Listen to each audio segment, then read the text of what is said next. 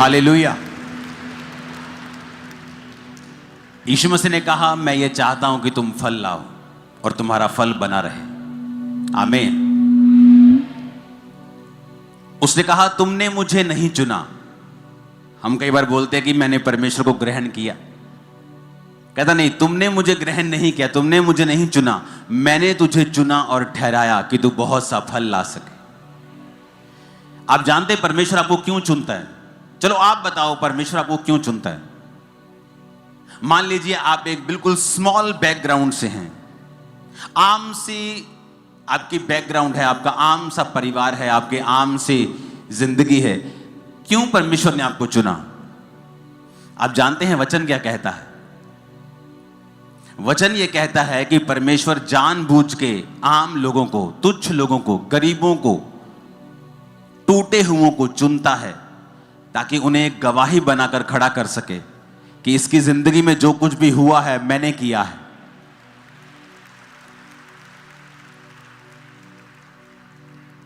आज मैं ये नहीं कह सकता कि मैं कंप्यूटर इंजीनियर हूं तो मैं बड़ा अच्छा बोलता था, परमेश्वर ने मुझे चुन लिया। इसमें तो फिर मेरी बड़ाई होगी ना कि मैं बड़ा चालाक था तो प्रभु ने चुन लिया। जब मैं परमेश्वर में आया हूं, मैं मेंटली अपसेट था, आम लोगों में बैठकर बात भी नहीं कर सकता था, बिना दवाई और नशों के नहीं जी सकता था। प्रीच करना तो दूर की बात, आम लोगों में कन्वर्सेशन जब होती थी कि मेरे दादाजी को हार्ट अटैक हो गया, मेरी नानी मर गई, मेरी नानी को बीमारी हो गई, तो मेरे को अटैक्स शुरू हो जाते थे, मैं उनमें बैठ नहीं पाता था। तो परमेश्वर ने कहा, मैंने जगत के निर्बलों को, जगत के तुच्छों को चुन लिया ताकि उनको जो अपने आप को कुछ समझते हैं उनको मैं शर्मिंदा करूं तुम लोगों के जरिए, तुम लोगों के द्वारा। इसका मतलब परमेश्वर जब आपको चुनता है वो इसलिए आपको चुनता है कि परमेश्वर आपकी जिंदगी में कुछ बड़ा काम करना चाहता है। उसने आपको फालतू में नहीं चुना। अभी आप जाते जाते अपने घर में जब जाएंगे तो आप पूरी, अगर सब्जी लेनी है तो पूरी रेडी उठा के नहीं ले जाएंगे आप। आपको पता है ये खराब हो जाएगी, मैं जितनी खाना चाहता हूं, चाहती हूं, मैं उतना ही लेके जाऊंगा। तो परमेश्वर ने भी फालतू में आपको नहीं सिरजा है, उसने फालतू में आपको नहीं बनाया है। ऐसे लोग भी मैंने देखे हैं अपनी लाइफ में, आप उन्हें इंटरनेट पे सर्च करें आपको मिल जाएंगे, जिनके दोनों हाथ नहीं थे, दोनों पांव नहीं थे। अब शैतान उन्हें पूछ सकता है कि तेरे को परमेश्वर ने फालतू ही बनाया है तो तेरा क्या काम है? तेरा ना तेरे हाथ है ना तेरे पांव है, तो क्या तेरी नरक जैसी जिंदगी है? कुछ तू कर नहीं सकता, चल नहीं सकता, उठ नहीं सकता, खा नहीं सकता अपने आप, तू कुछ नहीं कर सकता। लेकिन परमेश्वर ने आज उसे दुनिया के टॉप प्रचारकों में से एक प्रचारक बना दिया है। आई थिंक निक नाम है उसका, आप जाके गूगल पे सर्च करना। तो यानी आपकी कंडीशन कैसी भी हो, परमेश्वर ने आपको बड़े काम करने के लिए चुना है। आप किसी भी निचली पोजीशन पे हो, कहीं भी हो, आपकी कंडीशन जितनी मर्जी बुरी हो, लेकिन एक बात पक्की है, परमेश्वर ने आपको बड़े काम करने के लिए चुना है। यह पहले दिमाग में बिठाना पड़ेगा, हां या ना। यह दिमाग में जब बैठ जाएगा कि परमेश्वर ने मुझे बड़े काम के लिए चुना है, अब करना क्या है? अब मुझे परमेश्वर के पीछे पीछे चलना है। एकदम से नहीं होगा। यूसुफ 2-4 साल में प्रधानमंत्री नहीं बन गया, दाऊद 2-4 साल में इजराइल का राजा नहीं बन गया। 30 साल की उम्र में वो 12 गोत्रों में से एक यहूदा का गोत्र का राजा बना, और 37 साल की उम्र में वो इजराइल का राजा बना। और जब वो मसा किया गया था राजा होने के लिए, शायद वो 15 से 16 टीन एज के बीच में था वो। तो कितने साल लगे उसे उस दर्शन को पूरा होते हुए देखने के लिए, पर उतने साल क्या किया उसने? उतने साल वो मसे में बढ़ा, अभिषेक में बढ़ा, परमेश्वर के संग संग चलता रहा। दुखी भी रहा होगा, परीक्षाओं में भी रहा होगा, लेकिन उसने परमेश्वर के वचन के साथ कॉम्प्रोमाइज नहीं किया। आज 2 बार वीजा रिजेक्ट हो जाए तो आदमी व्यभिचार करने चला जाता है। 3 बार किसी ने वीजा रिजेक्ट कर दिया तो दारू पीने चला जाता है। उसका परमेश्वर के साथ कोई भी संबंध नहीं है। उसे लगता है कि यही चीजें मेरे लिए आशीष हैं। वो परमेश्वर की उपस्थिति को समझता नहीं है। एक बात आपको दिमाग में रखनी होगी कि अगर परमेश्वर ने आपको चुना है तो उसने आपकी लाइफ में बड़े काम करने के लिए आपको चुना है और वो कुछ बड़ा आपकी जिंदगी में करना चाहता है, इसमें कोई शक नहीं। अब परमेश्वर जा रहे थे और रास्ते में जब पेड़ दिखा अंजीर का तो परमेश्वर ने कहा रुको मुझे भूख लगी, और जब पेड़ के पास गए तो फल नहीं था, और वचन कहता है फल का समय नहीं था।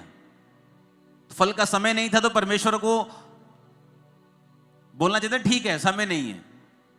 अब मैं सर्दियों में आम के पेड़ के पास जाऊंगा तो आम का पेड़ तो फल रहित होगा, तो मैं क्या कर सकता हूं। लेकिन बाइबल कहती परमेश्वर ने उस पेड़ को कहा सूख जा, अब से तेरा फल कोई ना खाए। क्यों?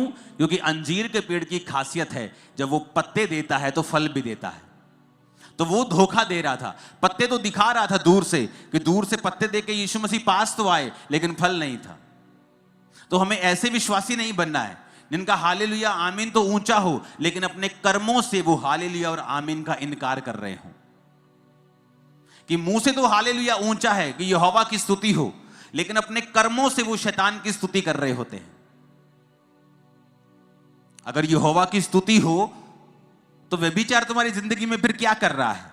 चोरियां तुम्हारी लाइफ में फिर क्या कर रही हैं? निंदा चुगली तुम्हारी लाइफ में फिर क्या कर रही है? अगर यहोवा की स्तुति हो, अगर हालेलुया बोलना है तो अपनी जिंदगी को हालेलुया के जैसा करना भी है। कि जब परमेश्वर तुम्हारा हालेलुया और आमीन देखे, तुम्हारी प्रार्थना को सुनकर तुम्हारे पास आए, तो उसे तुम फेक पेड़ की तरह ना दिखाई दो कि जिसके पत्ते तो हैं, जो ऊपर से अपने आप को धर्मी तो दिखा रहा है लेकिन अंदर से धर्मी नहीं है। हालेलुया। अब आपको यह समझ आ गया कि परमेश्वर ने मुझे चुना है, मैंने उसे नहीं ग्रहण किया, उसने मुझे चुना है और इसलिए चुना है। प्रभु कहता है मैंने तुम्हें चुना है और ठहराया है कि तू बहुत सा फल लेके आए।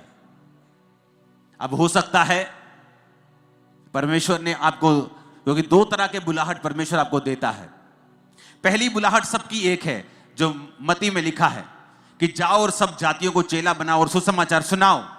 अगर आप डॉक्टर हैं आपकी बुलाहट यही है, अगर आप इंजीनियर हैं आपकी बुलाहट यही है, आप एक रिक्शा वाले हैं आपकी बुलाहट यही है। सबकी बुलाहट है कि जाओ और सब जातियों को चेला बनाओ और उन्हें बाप बेटा पवित्र आत्मा के नाम से बपतिस्मा दो।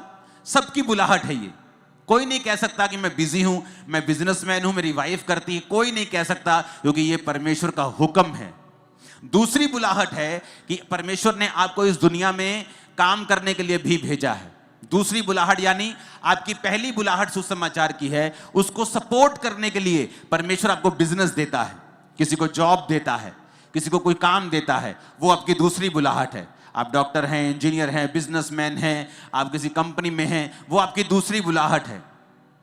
लेकिन पहली बुलाहट सबकी एक है कि उन्हें परमेश्वर का काम करना है। और तब जब हम परमेश्वर के संग चलना शुरू करते हैं और में ये वचन समझ आता है, क्योंकि अगर वचन समझ में आ जाए ना, वचन अगर खाने पड़ जाए और अंदर स्पिरिट में हम इसको लेकर खा लें। यहोजकेल की पुस्तक में लिखा, परमेश्वर ने कहा इस पुस्तक को ले और इसे खा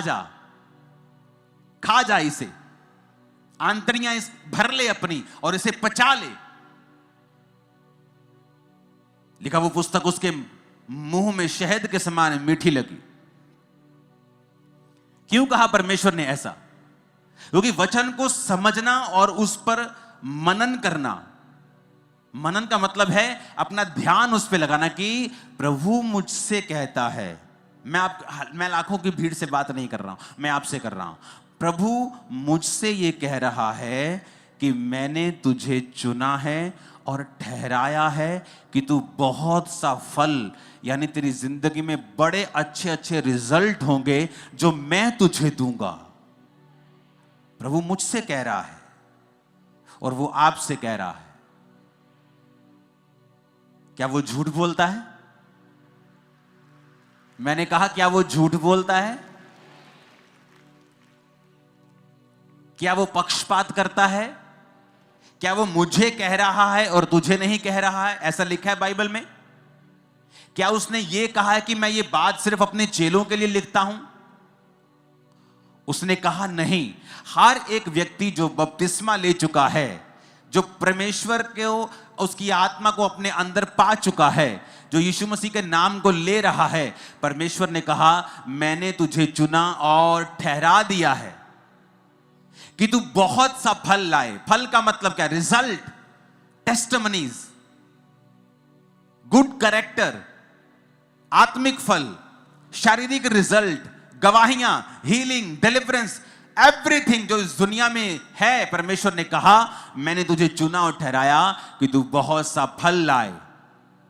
और अगर मैं इस वचन के ऊपर मनन करूं तो कि प्रभु मुझसे कह रहा है इंडिविजुअली, अकेले को मुझे, कि मैंने तुझे चुना, मैंने तुझे ठहराया कि तू बहुत सा फल ला सके। यानी आपकी जिंदगी एक्स्ट्रा ऑर्डिनरी होने वाली है, क्योंकि खुदा ने कहा है कि तू बहुत सा फल लाएगा। उसने ये नहीं कहा तू ठीक ठीक फल लाएगा, तू थोड़ा थोड़ा फल लाएगा, तू गुजारे योग्य फल लाएगा। उसने कहा तू बहुत सा फल लाए, तू इतना फल लाएगा। लेकिन करना क्या होगा? परमेश्वर ने कहा मैंने तुझे चुना और ठहराया। अगर एक पेड़ को फल लाने के लिए आपको बनाना है तो आपको उसे टाइम पर मिट्टी उसकी गोडी करनी होती है, उसको खाद देनी होती है, उसको पानी देना होता है।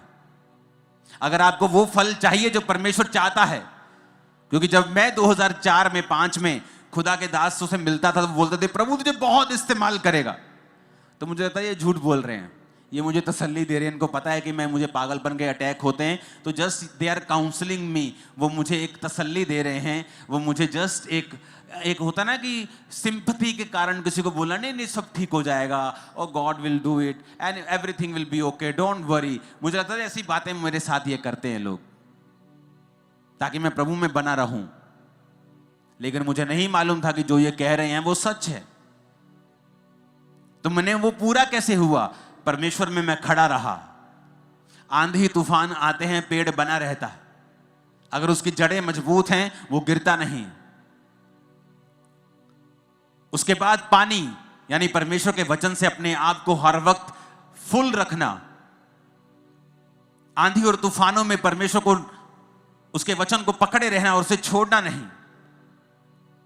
फास्टिंग के साथ, प्रार्थना के साथ एक खाद की तरह काम करना, जिस तरह प्रार्थना और फास्टिंग एक खाद की तरह काम करती है, वचन पानी की तरह काम करता है, और धीरे धीरे फिर आप फल लाने लगते हैं।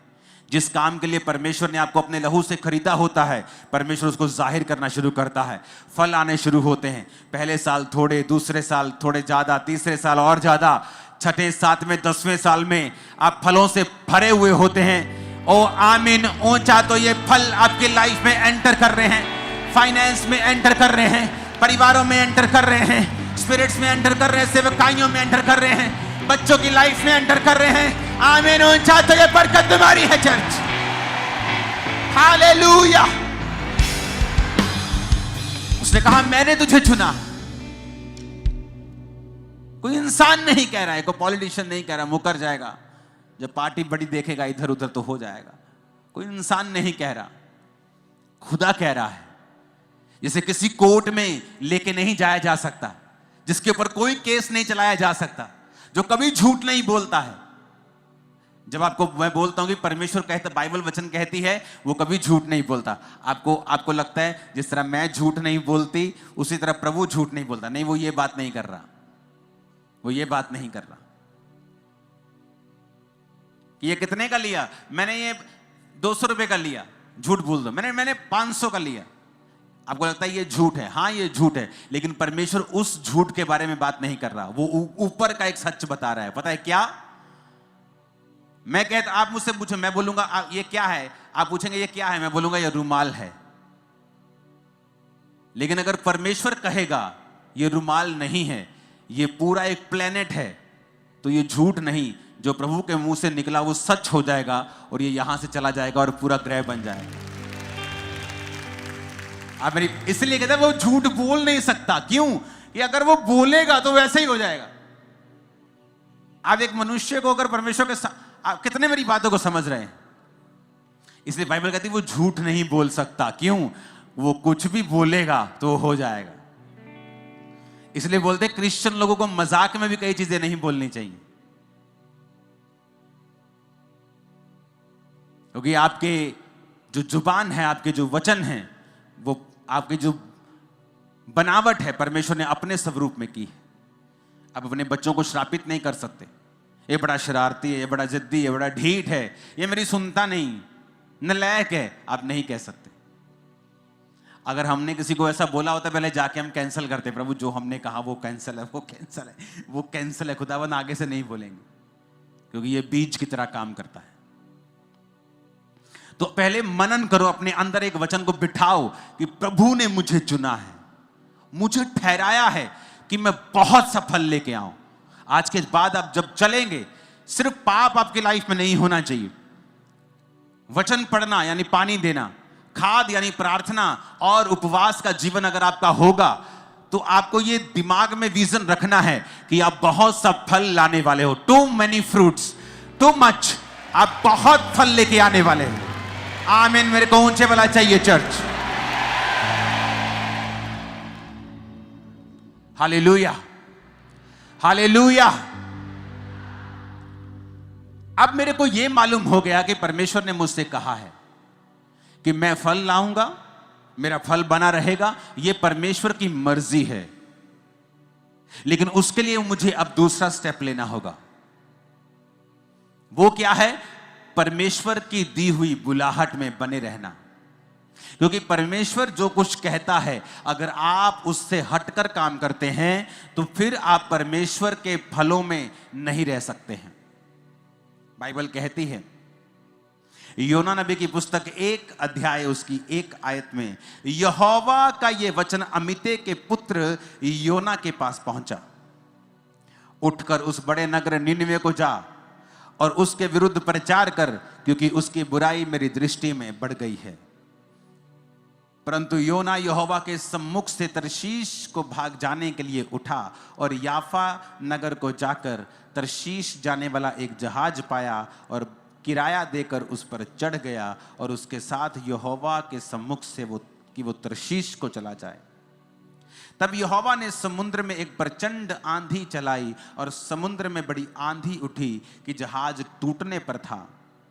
मल्लाह लोग उठकर अपने देवता की दुहाई देने लगे और जहाज में जो व्यापार की सामग्री थी उसे समुद्र में फेंकने लगे कि जहाज हल्का हो जाए। परंतु योना जहाज के निचले भाग में उतरकर सो गया था और गहरी नींद में पड़ा हुआ था। तब मांझी उसके निकट आकर कहने लगा, तू भारी नींद में पड़ा हुआ क्या करता है? उठ अपने देवता की दुहाई दे, संभव है कि ईश्वर हमारी चिंता करे और हमारा नाश ना हो। तब उन्होंने आपस में कहा, आओ हम चिट्ठी डालकर जान लें कि ये विपत्ति हम पर किसके कारण पड़ी है।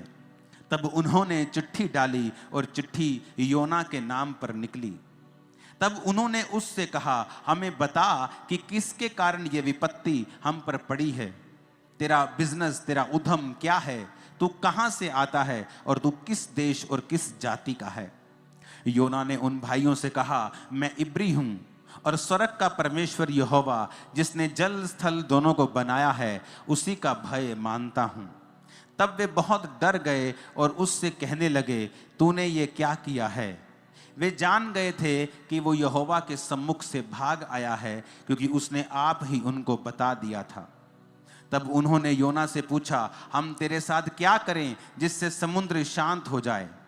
उस समय समुद्र की लहरें और भी बढ़ती जाती थी।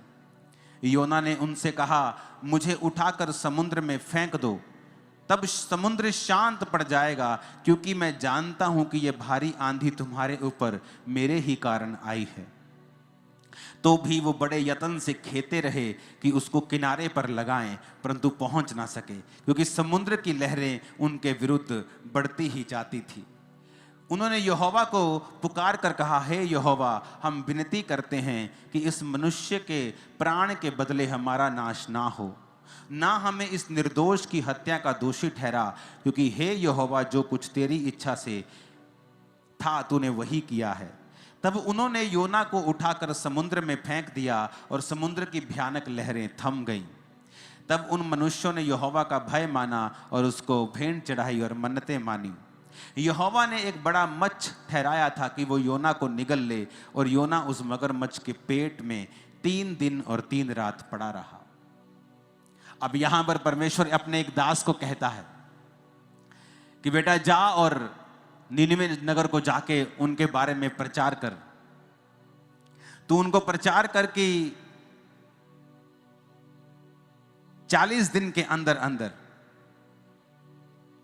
जब आप योना 3 उसकी 4 आयत को पढ़ते हैं कि अब से 40 दिन के बीतने पर नीनिवे उलट दिया जाएगा। कि परमेश्वर कहता है कि जा बेटा प्रचार कर ऐसे देश में जाके जो मुझसे मुकर गए हैं, और जा और उनको बता कि वो मन फिराएं और अपना प्रचार कर। और वचन कहता है कि योना यहोवा के सम्मुख से किसी और शहर को भागने के लिए चला। किराया देकर एक सुंदर से क्रूज शिप में चला गया कि चलो नजारे लेंगे, समुद्र के नजारे लेंगे। कौन सेवा करता फिरेगा, ये लोगों के पास जाएंगे, ये लोग सताएंगे मुझे। परमेश्वर तू दयालु है, तू अनुग्रहकारी है, तू इनको बचा ही लेगा, तू उनको कौन सा नाश करेगा। तू कितने सालों से कह रहा है कि मैं नाश कर दूंगा, करता तो तू है नहीं। परमेश्वर अपने आप बचा लेगा। और ये सोचकर शैतान की बातें उसके मन में आई और वो परमेश्वर के सामने से भाग गया। और जब भागा, जब तो समुद्र में आंधी और तूफान आया। और अगली स्टोरी आपने पढ़ी है। सब लोग पूछने लगे ऐसा क्यों हुआ, तो कहता मैं परमेश्वर के सामने से भाग आया हूं। कुछ मुसीबतें आपकी लाइफ में ऐसी हैं, वो प्रार्थना से कभी नहीं जाती। अगर परमेश्वर ने आपको किसी काम के लिए ठहराया है, सेवा के लिए ठहराया है कि बेटा तुझे ये सुसमाचार की सेवा करनी है, आप भाग जाएं और कहें ये बहुत मुश्किल है, इसमें तो सताव का सामना करना पड़ेगा, इसमें तो अपनी पर्सनल लाइफ को साइड पर रखना पड़ेगा, तो ये कैसे पॉसिबल है। परमेश्वर क्या मैं बिजनेस करके अपने पैसों से तुझे सपोर्ट कर सकता हूं? मैं 50% तुझे पार्टनर बनाता हूं। परमेश्वर कहता नहीं, जो मैं चाहता हूं तू वही करेगा।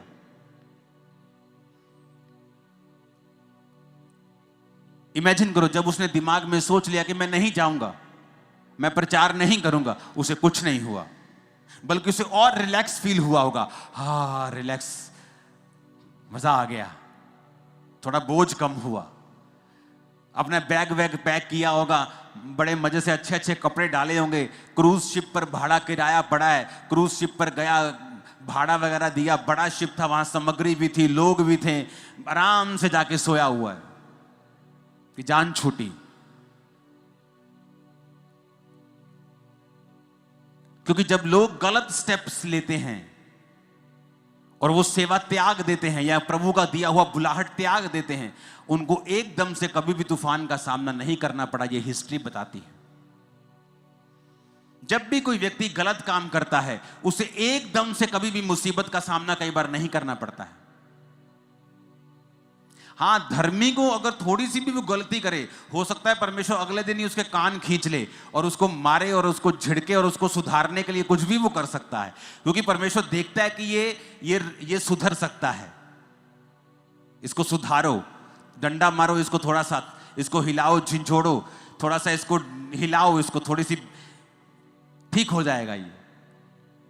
लेकिन जो व्यक्ति कई बार कठिन होता है, मुश्किल होता है, जो कठोर होता है, जो मन में ठान चुका होता है प्रभु को बताइए नहीं मानेगा, तो कई बार जब वो जाता है, परमेश्वर कुछ नहीं करता उसकी लाइफ में। उसे लगता है सब ठीक हो गया, मेरा तो वीजा लग गया। लेकिन जब मुसीबत आती है उसकी लाइफ में, उसकी फैमिली की लाइफ में, तब मैं आपको बता देता हूं, ले हैंड से वो मुसीबत खत्म नहीं होगी। आप 40 नहीं, आप 4000 रोजे रख के अपने आप को खत्म कर लीजिए, यह मुसीबत तब भी खत्म नहीं होगी। क्योंकि परमेश्वर यह चाहता था कि तेरे द्वारा एक काम करना, तेरे द्वारा कुछ ऐसा काम करना, ऐसी सेवा करना, एक मूल्य प्रभु चाहता था तुम्हारी लाइफ से कि तू उसकी सेवकाई में दे। उसके बदले में वो तुझे ब्लेस रखता, तेरे परिवार को ब्लेस रखता, सब कुछ अच्छा होता, समय पर तुझे सब कुछ मिल जाता।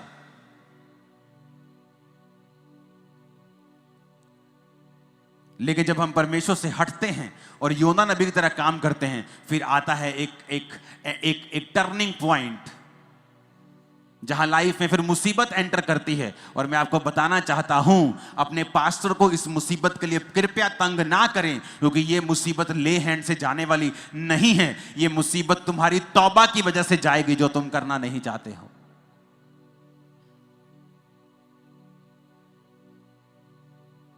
योना कहता, प्रभु अगर आप 2 बाब पढ़ेंगे ना तो लिखा, जब मैं समुद्र की तह तक चला गया, पानी मेरे ऊपर था और मैं मूर्छा खाने लगा, मैं पहाड़ों की जड़ तक जब पहुंच गया, तब मैंने यहोवा की दुहाई दी और उसने एक मगर को भेजा, एक मच्छी को भेजा, जो उसने मुझे निगल लिया। पेट के अंदर पड़ा पड़ा वो 3 दिन रात परमेश्वर की दुहाई देता रहा और परमेश्वर के उस मच्छ ने उसको निगल दिया। हालेलुया।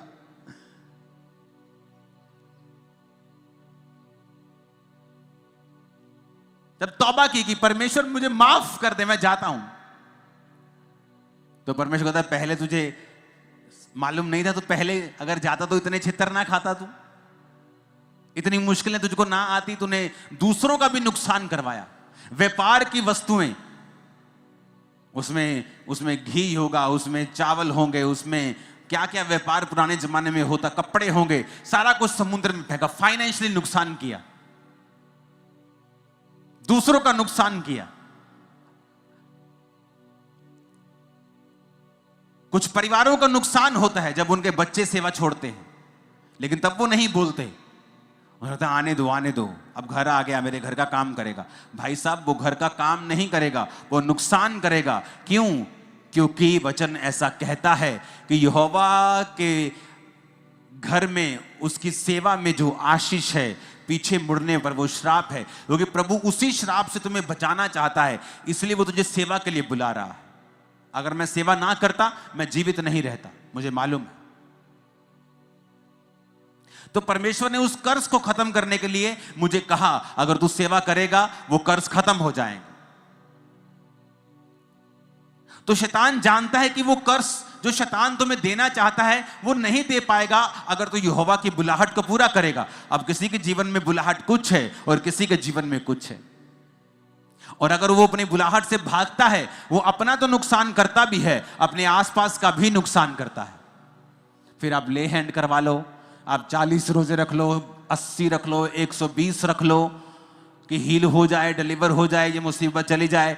वो नहीं जाने वाली, क्योंकि वो मुसीबत सिर्फ तौबा से जाएगी। जो कार्य प्रभु ने दिया उसे पूरा करने पर ही वो जाएगी। लेकिन ईगो रास्ते में आती है और वो ईगो के कारण लोग मारे जाते हैं। पारिवारिक मेंबर्स का नुकसान होता है, फाइनेंस का नुकसान होता है, जीवन का नुकसान होता है, बुढ़ापे में और अधिक उनको तकलीफों का सामना करना पड़ता है। वो सॉन्ग है ना, खुदाया तेरी रूह तो मैं भला ना सके किधर जाऊं, कि तू सब तरफ है, मैं कहां जाऊं। आसमान में चढ़ू तू है, समुद्र के नीचे तू है, हर जगह तू है। कभी परमेश्वर की बुलाहट से भागो मत, क्योंकि जब आप बुलाहट से भागेंगे तो परमेश्वर का कोई भी नुकसान नहीं होगा। आपकी जगह आपसे बेटर पर्सन उस जगह को ले लेगा, उस भवन का भी नुकसान नहीं होगा। परमेश्वर अपने काम को कर लेगा, प्रभु का नुकसान भी नहीं होगा। नुकसान एक ही व्यक्ति होगा, जो आप होंगे या आपकी फैमिली होगी। क्योंकि अगर आप बुलाहट को पूरा करते हैं तो परमेश्वर आपके जीवन में वो सारे फलों को देता है जो परमेश्वर ने आपकी लाइफ में सोचे हुए हैं। हालेलुया।